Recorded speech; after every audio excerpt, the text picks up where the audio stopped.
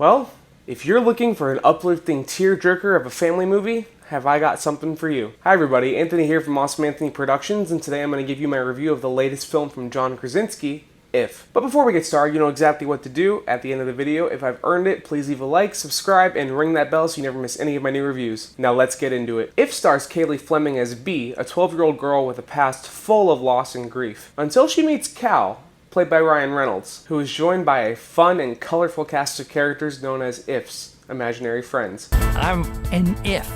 Get it? Imaginary friend? Unfortunately, these Ifs have been forgotten by their original kids, and they need Bee's help to make sure that they can find new kids so they can go on. Right away, I'm going to preface this by saying that regardless of the premise and the fact that there's a bunch of colorful CGI characters in here, this isn't really a kids movie. Oh, this is heavy. Yes, it has some very fun scenes and visuals, and kids will love the CGI characters, but when it comes to the themes at play here and just how heavy the story can get every now and then, I really wasn't expecting that. For starters, Kaylee Fleming does a great job carrying this movie. She is 100% the lead here. You could save all of us. All of whom? And don't say ifs. Let him say it or I think his head may actually explode. Throughout the first act or so of the movie, I wasn't super into her performance. I kind of felt like it was lacking something and coming off as one note, but this actually makes sense in context with her character's journey throughout the film. And as the movie went along, Fleming really came alive and showed that she was having some genuine fun, along with showing some genuine crushing emotion. She really pulled it off. Not bad, kid. She also plays pretty well at the CGI characters too, who all have their own unique enough designs that keep it interesting whenever a new one comes on screen. And the CGI is pretty damn great, which feels like a rarity nowadays. The voice work with these Ifs is surprisingly strong too, considering the celebrity cast here, with some highlights being Sam Rockwell, Bradley Cooper, and Steve Carell, who is just so lovable as the big, fluffy, sneeze-prone Blue. The writing for the Ifs is clever too, and there are a lot of fun and inventive visuals that come with them. I just wish they had more to do, but I'll talk about that later. John Krasinski gives a decent performance here, though it's mostly based on dad humor, and he's not really in the movie all that much. He once again does a great job as director though, and I was impressed by the cinematography, and I will have mentioned it several times before the review is over, but this movie really nails its emotional beats. Don't cry, don't cry, don't cry, don't cry, don't cry. I also thought that Ryan Reynolds was fine. He kind of is playing himself again, but a more edgy version, which I appreciate. I know it's silly that I'm saying that about the guy that played the first R-rated version of Deadpool on screen. Wolverine.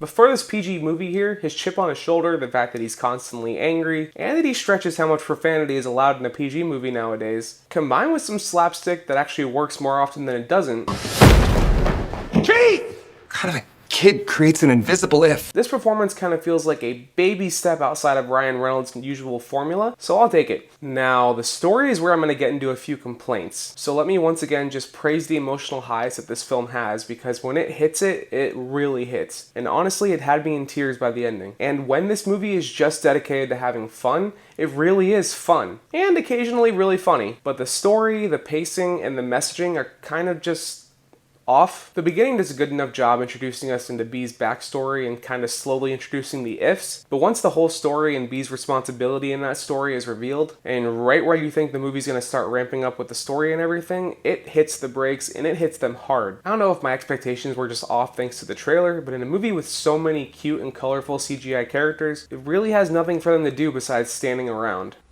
Come on!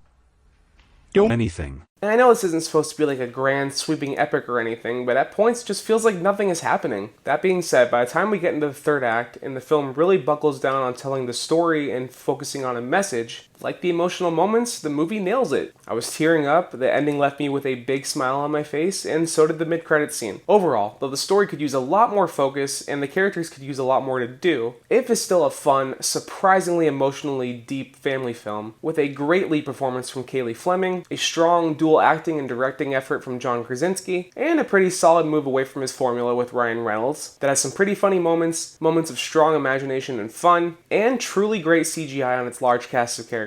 Just maybe check it out before taking younger kids to see it. It won't scare them or anything, but it may bore them here or there. And we all know that children love to sit still and quiet when they're bored, right? Anyway, that's my review of If. Thank you so much for watching. Sorry it took a bit to get out. I ended up getting sick last week, unfortunately. Anyway, if you like this review, you know exactly what to do. Please leave a like, subscribe, and ring that bell so you never miss any of my new reviews. While you're at it, you can scroll down in the description, find the links to my socials, leave a comment, let me know if you saw this movie and what you thought. And if you want more of my content, you can click or tap on these cards right here. I'll take you to my review of The Strangers Chapter 1, or just over to my channel where you can check out my reviews, my shorts, and my old shit. Thanks for watching, everybody, and I will see you next time for my review of Furiosa.